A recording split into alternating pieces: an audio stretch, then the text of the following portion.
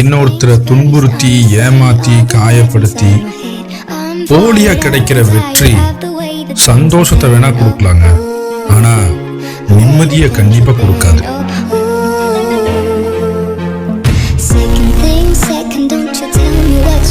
அதே யாருக்கும் தீங்கில்லாம நேர்மையா கண்ணியமா போராடி கிடைக்கிற அந்த தோல்வி இருக்கு பாருங்க, அது நிம்மதியை கடந்த ஒரு பெருமையை தேடித்தரும்.